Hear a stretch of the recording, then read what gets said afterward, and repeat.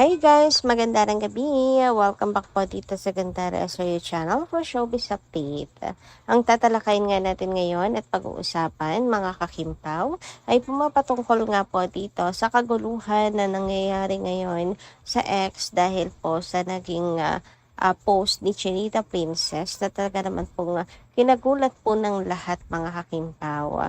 Hindi po natin ine-expect ang naging post na yon ni Chinita Princess mga kakimpaw. Kaya ayan, samad-saring reaksyon at naging komento ng mga fans hinggil doon mga kakimpaw. So ano nga ba yan mga kakimpaw? Tara't alamin po natin pag-usapan. Pero bago tayo magsimula, sa mga hindi pa po nakaka-subscribe sa ating channel, pakiclick lang po tayo ng ating subscribe button at notification bell na nariyan sa baba para mag-updated po kayo at ma-notify tuwing may bago tayong chika at balita hinggil sa Kimpaw.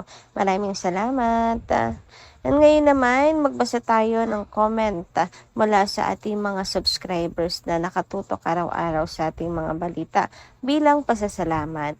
So narito nga po ang opinion at comment ni Miss Neri Corasako. Shoutout po sa inyo. Sabi niya dito, hello Dress, never missed your vlog. Gandara madam, huwag kayong malilito. Ako po yung pinakang maarte sa dalawa. Always grateful sa mga updates mo about KP. Already excited and thrilled and for their upcoming movie in December. Sana nga makauwi na ng Pinas para mapanood sa big screen sa sinehan. Pihado, paldo iyan. Another blockbuster. Marami na naman supporters, raratsada, tutulong mag-promote ng movie nila. Na di nakakasawa panoorin ang KP kasi parating different genres ang story and very challenging. Mostly ang mga roles. Hoping and praying na manomini sila sa FAMAS Award for this. Oy, na-excite ako bigla doon, madam ha. Isa sa mga bucket list ni Kim, mapanalo sa FAMAS. We fans believe in her acting prowess is super B. Si Paulo talaga matagal nang magaling in terms of drama. Surely, magiging maganda ang Pasko namin. For sure, next year, another very good year for KP. Mukhang seryoso na. Gumawa sila ng own family. Maraming gusto sila sirain at patumbahin. Pero mga anak ng Diyos sila, kaya protektado. God bless them. And you too, Tris. Gandara, madam. Okay, ako na lang mag-adjust. God bless and you too, Gandara. Charot lang. Anyway, sana po ay, saan po ba kayong lugar, madam, Neri? Kasi ang movie nila Kim and Paul Avellino ipapalabas din daw po. International, di ba? May international screening din po sila, mga Hakimpaw. So, ayan, hope ko sa meron din po sa inyong lugar para, sa inyong bansa, para hindi nyo na kinakailangang umuwi, madam. Pero kung gusto nyo pa rin umuwi, tapos dadalhin nyo rin ang inyong mga pamilya, kamag-anakan sa sinehan, di mas maganda mga Hakimpaw para mas marami tayong mabibit-bit sa sinehan. And sana nga mga Kimpaw manalo po ng Best Actress si Kim and lalong higit ang FAMAS Award. Ako lahat naman ata gusto po makakuha ng FAMAS Award mga Kimpaw. So siguro kapag ka na-target na yan ng Kimpaw, saka sila magsasettle down, no? Huy, sana manomini, kahit nominee lang si Chinita Princess. Hope talaga manalo si Kimi mga Kakimpaw. Kasi mahusay pong actress si Kim sa mga drama. Actually, forte yan ni Chinita Princess. Yung drama na yan. Kahit naman saan mo ilagay si Kim, talagang kaya po niyang gawin. Ganun po siya ka-versatile na actress mga Kakimpaw.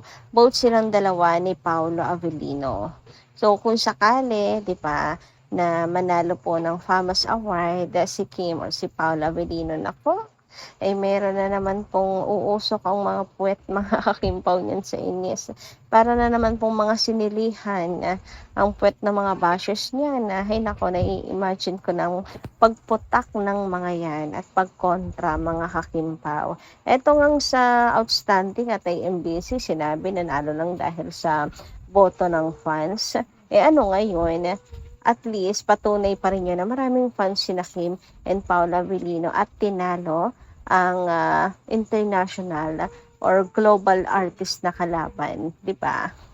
Samantala, dumako naman tayo ngayon sa next topic natin mga kakimpaw at tungkol po ito sa post ni Kimi sa kanyang account kung saan ay makikita nga po ang kalungkutan ni Kim dito.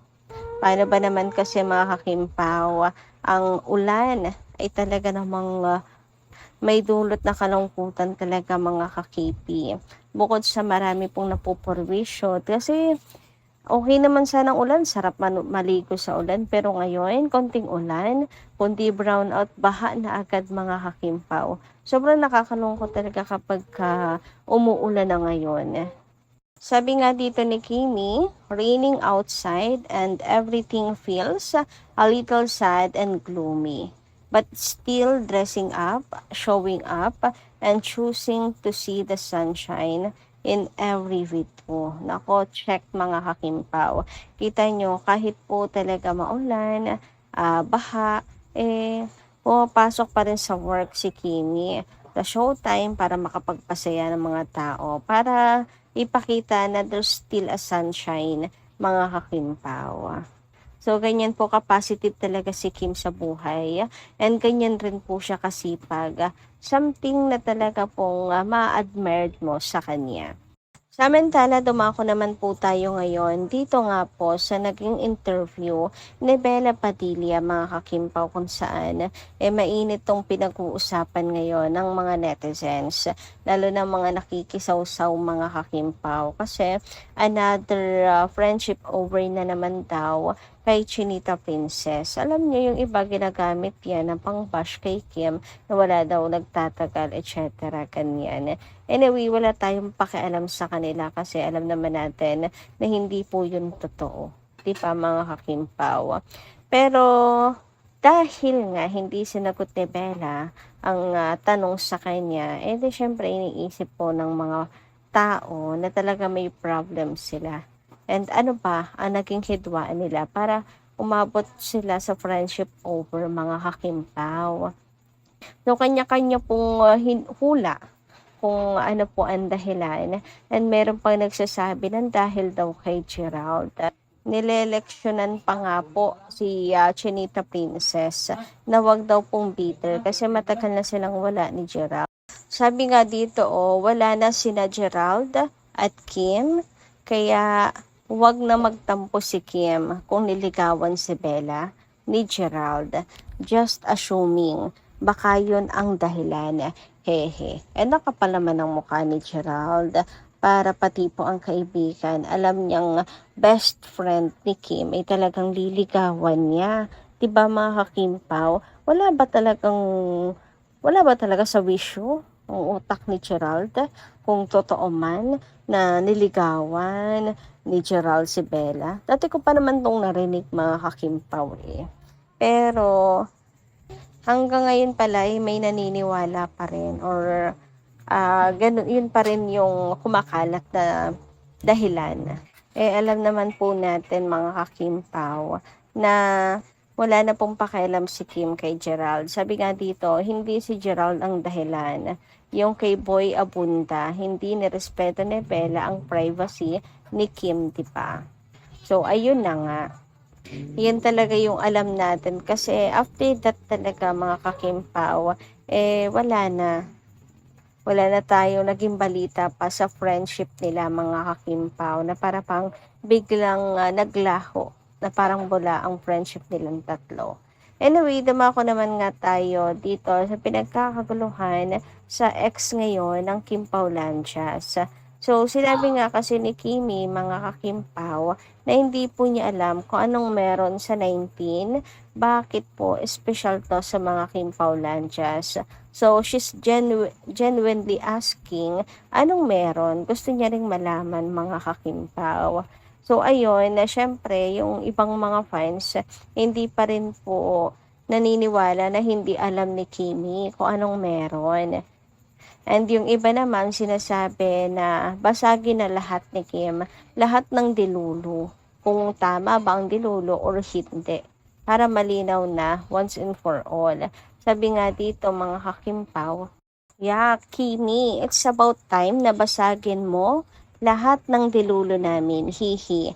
Anemic na lahat kasi, anemic na kami sa kakadilulo. Our mental health is important also. We love and will support you both no matter what. So, ayan mga kakimpaw, gustong ipaklaro na kay Kim lahat ng dilulo para hindi na rin nagtatagal ang mga dilulos, no? Umaasa kasi ang mga fans na ganito, ganyan, tapos at the end, hindi naman pala. Kaya maigi pang basagin agad kung hindi naman totoo, parang ganon. Kasi napupuyat nga daw ang mga fans, anemic na kakadilulo. As much as I agree mga kakimpaw na basagin ni Kim ang maling dilulo ng mga fans, mga kakimpaw, napaisip din ako mga kakipi na parang hindi ba it's too much na mga kakimpaw. Grabe na tayo mag-demand kay Kim, mga bagay na hindi naman niya sinabing magdilulo tayo. Nasa atin na yun kasi mga kakimpaw tayo yun tayo yung nagdilulo Tapos si Kim yung kakalampagin natin. Sabi pa dito, mas maganda basagin na niya lahat ng mga dilulo natin. Hirap na tayo sa puyat, pero puro na tayo anemic sa kaka-imagine, hehe. At Prinsesa Chinita, honesty is the best policy. So, ayan. Ang daming views, 4.1k views, mga kakimpaw. So, talagang pinapagsalita si Kim at pinapabasag ang mga maling dilulo. Ang kaso, alam ba ni Kim lahat ang dilulo natin? Anyway, sabi naman dito, bakit parang naging responsibility pa ni Kim i-correct mga issues na hindi naman siya ang nag-umpisa? O diba, contradiction siya lahat mga kakimpaw. Nagkokontrahan yung mga fans ngayon. Kasi, bakit nga naman parang biglang naging responsibility ni Kim yun? Tayo magde-demand ang ganon kay Kim. Na pwede namang what you see is what you get na lang. Alam nyo, parehas may punto talaga mga kakimpaw. Gusto rin naman talaga nating malaman kung ano yung totoo. Yung 100% true mga kakimpaw. But at the same time, hindi rin naman nga obligasyon ni Kim yan. At hindi naman po, dapat lahat ay malaman natin kasi kailangan din po ng privacy nilang bilang mga artista, mga public figure. Kailangan din nila naman ng privacy, 'di ba? So kayo, ano pong inyong tungkol dito? Comment ka lang po dyan sa baba ng inyong opinion regarding this. And hanggang dito lang po muna ang ating update. Maraming salamat po sa inyong pakikinigan. Kita-kits po muli sa mga susunod natin, chika. Maraming salamat.